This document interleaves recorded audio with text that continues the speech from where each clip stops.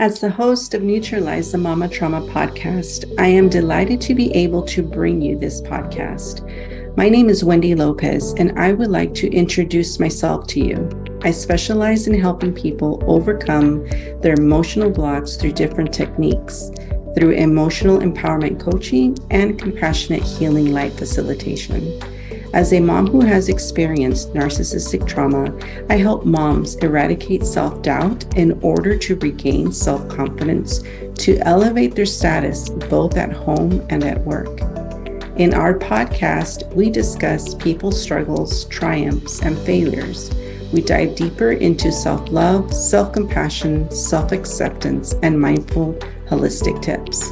In every episode, I hope that you can take a golden nugget of advice and apply it to the journey of motherhood in order to raise your level of awareness.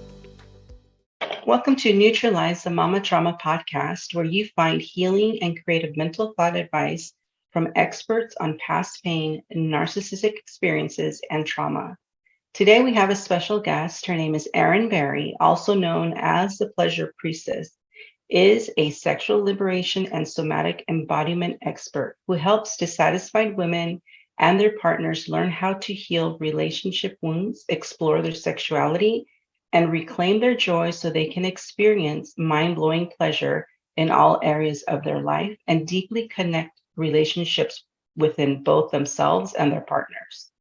So I'm so grateful to have you here, Erin. As you know, we were talking about Neutralize the Mama Trauma podcast is all about helping moms see beyond their trauma. And I was really intrigued in having you come forward and being a speaker here for the fact that once we can heal and we can find a healthy partner, we can expand more on having someone by our side like you help us, the liberation and the sexual side of it, because we can get stuck in the trauma of the old relationship. Yeah. So Yeah, I am interested to know, what is your story? Like what struggle did you have or trauma that maybe could have been a catalyst for you to do what you do now, or it just was a catalyst in changing your life? Yeah, that's a loaded question, but it's a great one. So I work with women around trauma is one of the things that I do. I'm trauma informed and somatic in nature, meaning that all that stuff that gets stuck in our body, our body keeps the score. Even if you don't take on mentally something as trauma, your body can, and then you respond from that. So it's been this interesting journey of, I actually got divorced about 6 years ago, almost 7 now. And really, I had this moment. You were asking me if I had kids before we got on here. I do. I have a 10 and 13-year-old girls. And I had this moment towards the end of my marriage where my ex-husband just said something really nasty to me.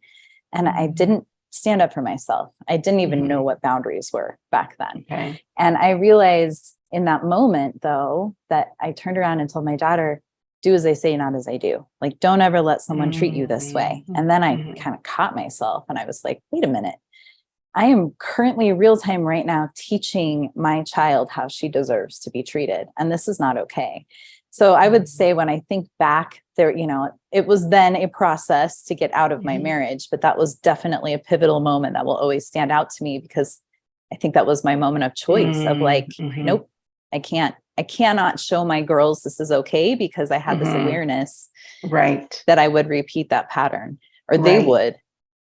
So, yeah. And then that kind of set me on my journey. I had kind of started studying Tantra and relationship personally on my own. And then after I got out of my marriage, I did a lot of healing work, just trying to figure out what the heck it was that I had brought to the equation, because I was not interested in repeating that again. So it really did send me on this personal and then professional journey to now share it with other people, because I really feel like some of the stuff we should have learned in the 5th grade, it would have been a game changer for all of us, if we really understood what we were up to in connection. Right. And can you tell us a little bit more, what is Tantra? Yeah. So Tantra is a very like spiritual practice. I think a lot of Mhm. times people will think of it as like something that like Sting does. I think he's one of the ones that everyone kind of associates with Tantra, but it's so much deeper. It's actually part of yoga, and Okay. there's a philosophy behind it. But really, when it comes to what I'm working with, it's basically getting to see yourself and your partner as the spiritual being that they are, beyond all of the stories and everything that we associate with our partner. So Mm. it's a way to actually bring like consciousness forward into your sexuality and to just make it more of a spiritual practice. So, so someone that is new to Tantra, because I have heard of it and I'm familiar with it, but someone that's new, so that is the involvement for the person that's doing Tantra, but that doesn't necessarily mean that they're going to find someone similar, because you said it's seeing the partner through their spiritual being. So how would someone align to that? Yeah, that's a great question. I mean, it's Hmm. really interesting with the couples that I work with. A lot of times, Okay. one of them is wanting to, um, it's interesting because we're talking about trauma. So I want to speak to it Hmm. from this perspective. Okay. A lot of times, the partner who's coming to me, the like underlying desire is actually safety. So there's Hmm. all these levels of safety. And I think a lot of times Hmm. when we are thinking about our sexuality, we automatically think about physical safety. But honestly, most of the people I work with are lacking emotional safety. And so Hmm. they come to me wanting this safety to be created. And their partner is more like, I just got a testimonial from someone that was like, our sex is better now, but it's because I feel safe. And then they both learned. So the way that I teach Tantra is it's a combination of connection, communication, and then these Hmm. practices. And the practices don't even have to be done sexually. They are a lot of times breath work. They can just be done through Okay. touch. And so really it's bringing more intention to your practice. And you don't Hmm. necessarily have to do it in partnership. You know, I have a female membership where it's just for women identified humans to explore their pleasure. And we do a lot of solo tantra out there because for me, it's just my favorite That was my spiritual question. practice. Yes. Hmm. Yeah. See, both Mm. and all the things. Okay, beautiful. So, solo tantra, then can you explain that? Yeah. So Mm-hmm. very similar, except you don't have a partner, but you're Mm-hmm. connecting deeply with this like spiritual side of yourself. It's bringing intention and Mm. consciousness to your sexuality. So a lot of breath work, a lot of work through energy in our system and learning to play with it. So Mm-hmm. instead of a really good way to think about it is a lot of times pleasure is very central to like genital like pleasure. This Right, teaches right. you how to actually expand pleasure through your entire body and Mm. beyond. I mean, it takes you into different like consciousness. It's pretty amazing. Right, right, right. So we first start with our senses so then it Mm. can expand to something greater than ourselves, right? Yeah. Yeah, Mm. absolutely. It's my Hmm. favorite form of meditation, honestly. So how did you connect with that? What was what led you to that from your trauma? How So did you find that, or how did it find you? yeah, I took one of my yoga teacher trainings I did like 12 years ago now, Hmm. was very steeped in the philosophy of Tantra. And the Oh, philosophy okay. itself really resonated with me. And it was something I always felt really interested and called to do. I did kind of dabble with my ex-husband with it, but he just wasn't the right partner because it is all Mm. about raising your consciousness. And he wasn't a very spiritual person in the Mm. same way that I am. So it was really after I got divorced that I went on this journey. And it really has been, I mean, the work that I teach women is really the work that healed myself. It's that somatic work, which is very Yes. steeped in Tantra, which is all of these patterns and conditioning and all of the stories I had that I was holding in my physical body. I finally Mm. cleared through this work that I now teach. I had done so much other work before, but it just didn't feel like I still had stuff stuck in my system, which is where trauma sits. So I think I was actually able to start to heal that trauma at a deep physical level. Not just what I experienced, but, you know, all of this stuff in relationships starts when we're children. So it's usually primary caretakers that even if they showed up amazingly, they are not meeting our needs in the way that we need our needs met. And then we're taking all of that into every single relationship. So it's been this like journey of like learning, like, what am I doing? Like I work with attachment styles a lot because that's such a, like an amazing lens to look at through relationship and how those attachments affect our nervous system. I mean, it's really all connected back to our nervous system. And so it's been through my own healing that I'm like, I need to share this with more people. And so throughout when you first started, so you started with yoga, and then the philosophy resonated with you, and then you started taking classes to be a tantra teacher, or how does that work? Yeah. Well, I just did a program for myself, like for my own personal healing. And then the partner that I am currently with, like we ended up doing some tantra together. So I finally found this person I could do tantra with. And when I started my coaching journey has shifted over time, where I was initially, and still do a lot around self-love and self-care, this like relational sexual coaching started to show up for me. And so I leaned into it and got a big certification in both of those. That I'm still, you know, I love how that. Yeah, how it evolved a little bit. Yeah. I'm a lifelong learner. Amazing. So I know I'll constantly be on this like growth path of trying to figure it out and then sharing what I learn real time as I learn it. So going back to your moment of choice, it was when you, from what I heard, it was from when the behavior that you were not wanting to be that type of example of not saying anything, right? And was there something deeper trauma that you had in that relationship, or was it just the way he was treating you verbally? You know, I mean, now understanding what I do and having done the work that I do, I understand that what I was up to with my ex-husband was playing out some trauma that I experienced earlier on in life.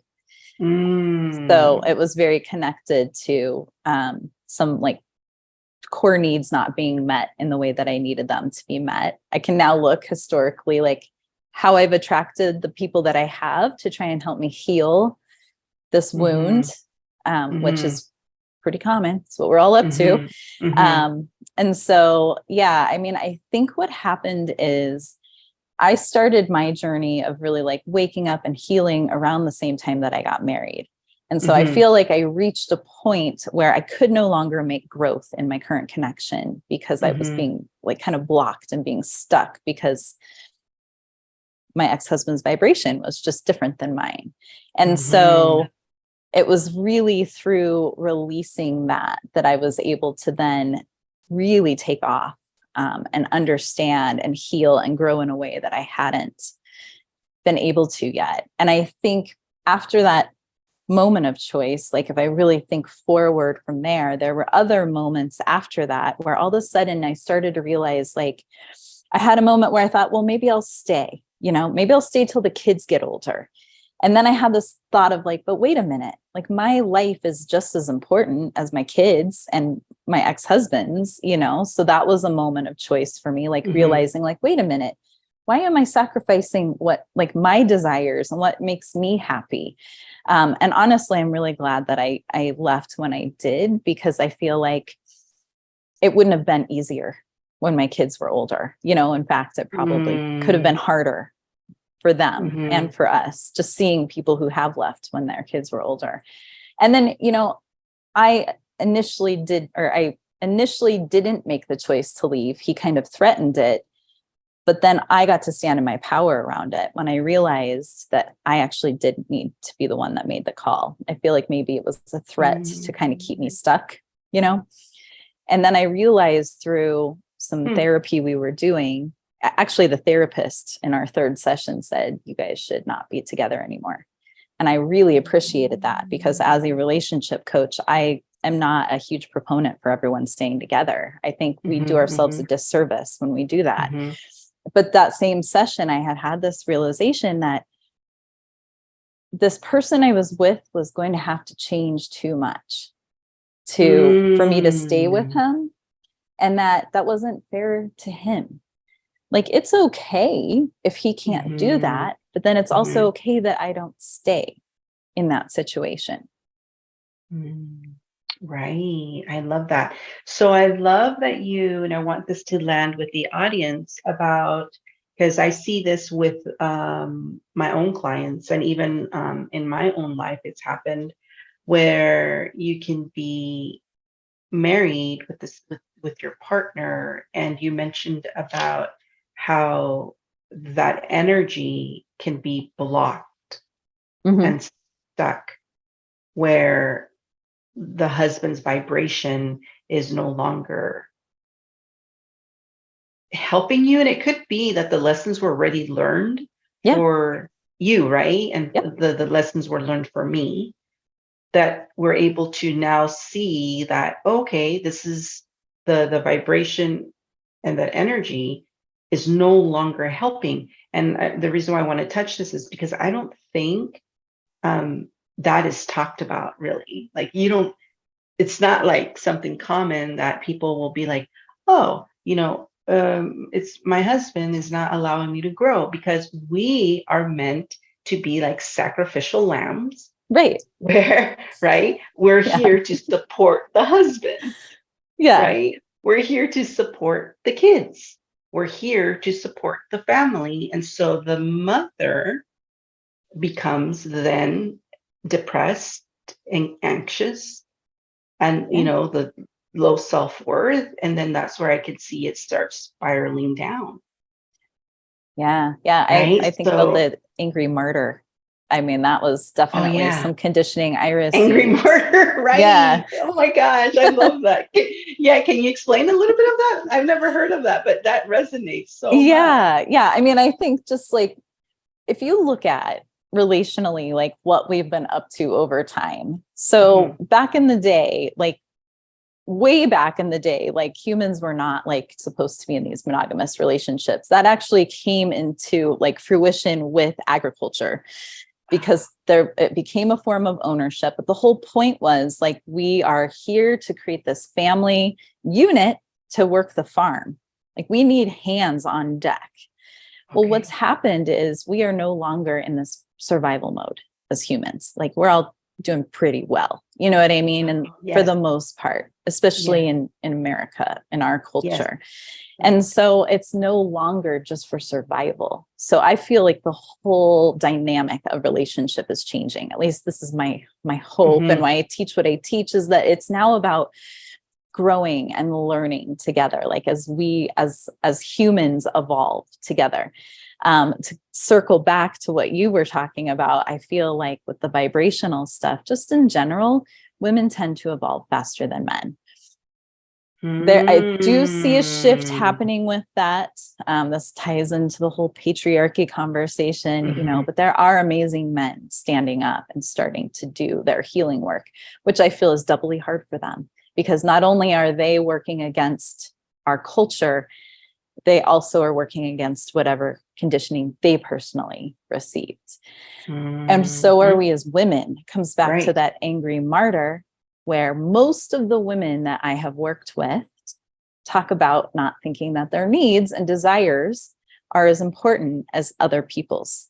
So when I work with the desire system with my clients, and a lot of times women have forgotten even what it is that they desire. They can't figure it out, or they know what they desire, but they have to put it off until the kids are grown, the husband's retired, whatever it is. What happens is when we put off all of our needs and put everyone else's needs before our own, we become really resentful and angry. And then we're doing these things because it's our conditioning that we've been told this is how we're supposed to be, but it pisses us off because it's not what we truly want from life. And that's the angry martyr. Yes, right. I can see all of that, and I can see even processes that I have been through, being so angry of having to deny. That's like I call like an awakening. Yeah. When you see that, you get angry. I remember someone told me, like, when you have an awakening, it can make you really angry because you're able to see the truth of what was really going on. And I Yes. and I thought, I've done plenty of work. I think I'll be fine. And that wasn't the case. I was so angry, so resentful that As you were it healing. as I was healing, Yes. yeah, that Yeah. it was like, I can't believe I fell for, it's what I call falsities of, this is false. Like, the Mhm. marriages have been false, but they have been a catalyst within my own healing. Yeah. Right. But with this part of the tantra, and even starting with yoga, I just feel like there's so many tools that whatever people resonate with, Yeah. to grab onto one, to allow a slither of light to come through, so then they can expand into what it is that soul is calling you to do as a mom. Absolutely. Yeah. I mean, we're all here with a unique purpose. And so I think we forget that sometimes, and it doesn't have to be something huge. I was just listening to Hmm. something the other day that was talking about that many of us are here fighting for love. You know what I mean? Hmm. Which is like such a high vibration thing to go back to that. And like, Hmm. as mothers, we're also creating this massive ripple effect that I don't Hmm. think we consider, and, it's Hmm. interesting doing this work. I do a lot of work around like healing the inner child and like parental transformation. And as a mom, I get to like real time look at how I could have shown up better. I mean, there Hmm. have definitely been moments, but also to realize that these little souls come in, I believe they choose us to Hmm. learn whatever it is that they need to learn, to heal whatever it is that they need to learn. I joke with them. I'm like, at some point, Hmm. you will realize that I have traumatized you in some way, and I will give you some resources that you That's can good. use to help you heal, because it's important. And I think this is a pandemic amongst Hmm. moms, but this idea that we're going to be perfect and we're not going to Hmm. mess up. And then the amount of like guilt and shame that comes from that is just Hmm. horrific. You know what I mean? So meeting ourselves with as much compassion as we can, Hmm. continuing to like wake up each day, like you were talking earlier, everything's a choice. How do we Hmm. choose to try again, to try better? I think Hmm. that's all we can ever Yeah, do. really, that is so true. And Yeah. I like what you said, that as we use tools, modalities, whatever comes our way, that we can then have the tools to give to our children. Yeah. Because this is the whole purpose that I have this, is to help not only the moms, but the moms can love themselves more than they can share that love with the children. And the children can then give that on to the next generations, right? So this is a healthy generation. Yeah. Well, and now you're touching on the ancestral stuff as well. It's like we're here not only just healing ourselves, we're healing it for everyone that came before us. And then how do we want to send it forward from here? Yes, exactly. So it's so deep, right? Yes. And before we close, is there anything that you can tell moms about, a practical tip that they can apply, something that they can, either it's wisdom, advice, or something that they can use on a practical basis, on a daily basis? Is there something that you can share with moms? Sure. Well, I think I'll touch on pleasure, since I Okay, love talking beautiful. about pleasure.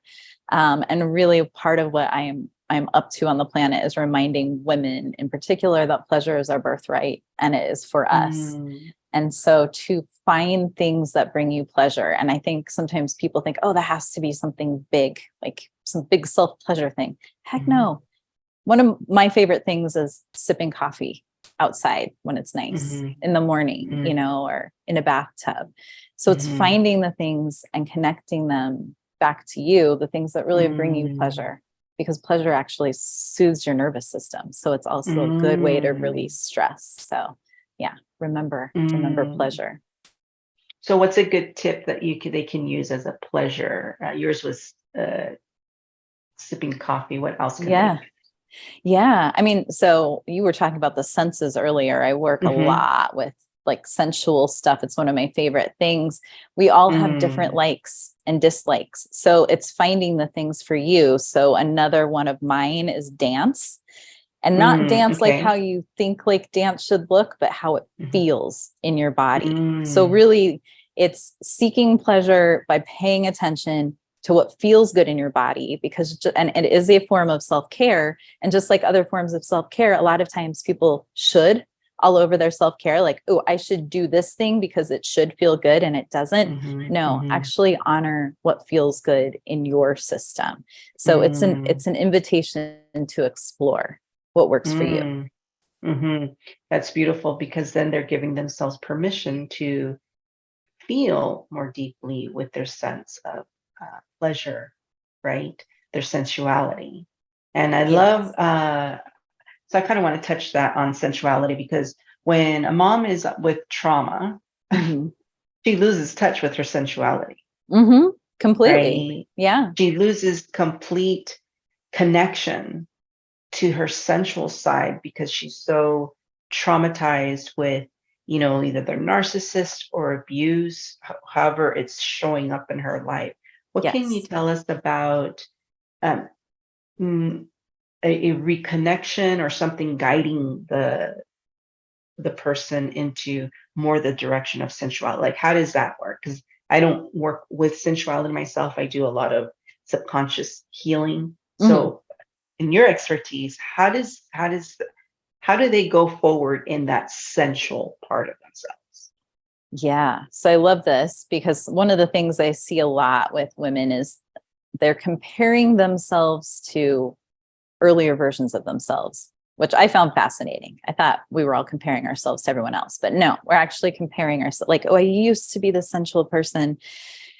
Well, if you've ever had the lived experience of something, you can get it back. But Mm-hmm. also, the permission here is that over time, our sexuality, our pleasure, and our sensuality changes. So it's a rediscovery, but a good hack is to take Mm-hmm. yourself back to a time when you did feel sensual, to Okay. drop yourself into the memory of that. Now, a lot of what's happening with people who have experienced trauma, whether it's sexual or not, is it goes back to that safety thing. So the Mm-hmm. number one thing is to actually start to cultivate safety for yourself. And that means really Mm-hmm. also just listening to your body's yeses, nos, and maybes, which is something a lot of women were never taught to do. You know what I mean? And then allowing it to be an exploration. I'm very passionate about teaching people that sensuality is like your special sauce. So Mm. it is hard when you're in the thick of it to feel super Yes, sensual. But exactly. even if you can have a few moments where you are completely safe to let yourself have that for you, that would be a Mm. beautiful first step. Yes, and that would be my desire. I want to tell the moms that because I've been there.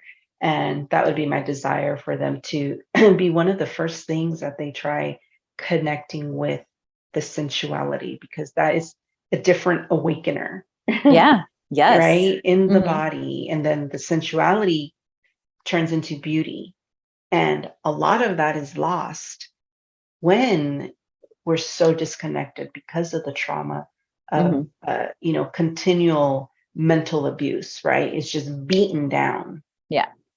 And so if we can spark up that sensual part of us, that is just illuminating other parts of the woman to appreciate who she is.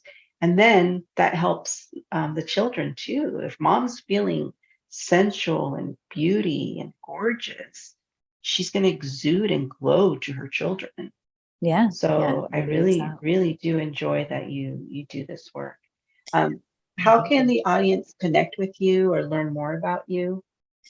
So I have a website, erinberrybliss.com. I'm Mhm. out on Facebook, Erin Berry Bliss, and I do have a little page called Pleasure Seekers for Women. It's just a safe Mhm. space for women to explore pleasure and talk about it.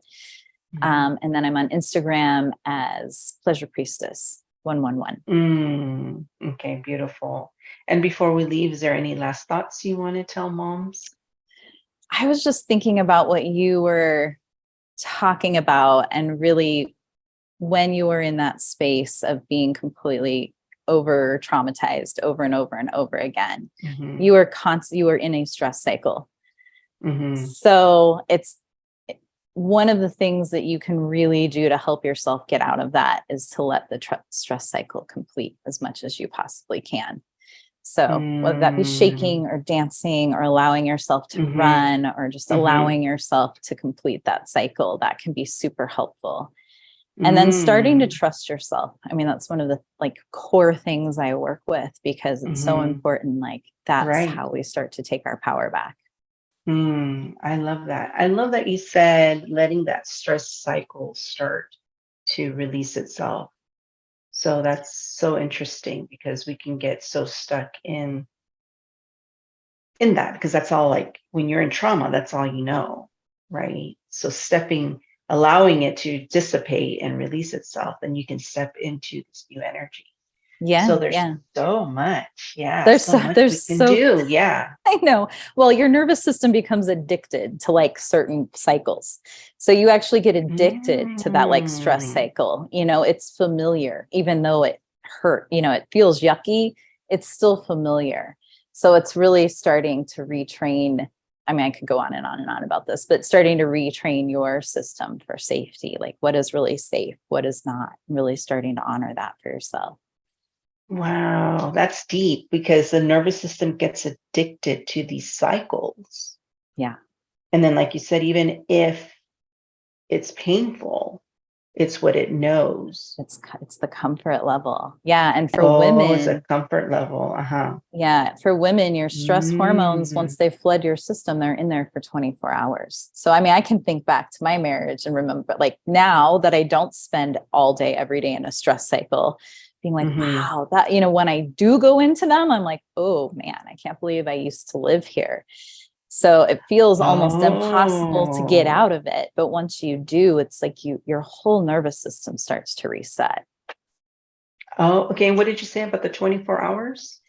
Your stress hormones, when they flood your system, they're in your system for 24 hours. So if you're staying in a situation that causes stress, you're completely activated 100% of the time. Oh, goodness. And for people that live in an environment like that, then you're talking about years. Yes. Oh, okay. That is so amazing. And what I want to share, it's amazing in a way where how we can, with your work and my work, it's you can untrain. Yeah. Right? We can unlearn and untrain. And that's the beauty of reinventing yourself and refinding yourself and that reconnection. So, thank you so much, Erin. That was very enlightening about the nervous system and the stress cycle. Yeah, pleasure. And I'm hoping that moms take a nugget or two and can apply it into their daily life, and hopefully, like you said, releasing a stress cycle, letting it go, and helping the nervous system, because we're actually here to not only help our minds, but to help our bodies. And like you said, that embodying, if we can embody it. I just want to share this because I read this on Facebook somewhere, but it was something about, 21 days to create a habit, but to embody something, it's longer than 21 days. Yeah. And I read that and I was like, it's true. It's true. It's to make it a part of your life, you have to embody it. And so there is a process to it. So that's what I want to share with moms too, that you can take these tips, create new habits, but then there is a process for you to embody yourself. And it's allowing you then to become and resurface the real, true person that you are, not the trauma. Yeah. I mean, time takes time. I had a friend that said that and it irritated me, but it's so true because if you think about how long you've been doing whatever it is that you're doing, And then you have this awareness like, oh, I should be doing this other thing. Like this, this is what I need to do. It's going to take time. Like you'll get sneakier and sneakier about how you repeat your pattern, but you'll still do it, unless you're being really consciously aware of it. And then when you do bust yourself, instead of beating yourself up, then it's almost seeing the cosmic joke of it and meeting yourself with compassion, and trying again. Yep. So true. So true. Well, I will make sure all your links are there available. Okay. They can find us on YouTube as well. So I appreciate your time. I appreciate your presence. And thank you for doing the work that you're doing. It really, truly is such, the lead to, where you find yourself, where I find myself. It's really been through all these lessons. And that's how we create a better today and a better tomorrow for ourselves and for our children. Absolutely. So I appreciate you. Thank you so much. Yeah, thank you. Thank you for taking the time to listen to Neutralize the Mama Trauma podcast. If you haven't already, please hit the like and subscribe button so you don't miss any new episodes. It would also mean the world to me if you're able to take a moment and rate and review my podcast on how it was helpful to you. Also, please connect with me on my social media platforms. Thank you so much, and I hope to see you in the next episode.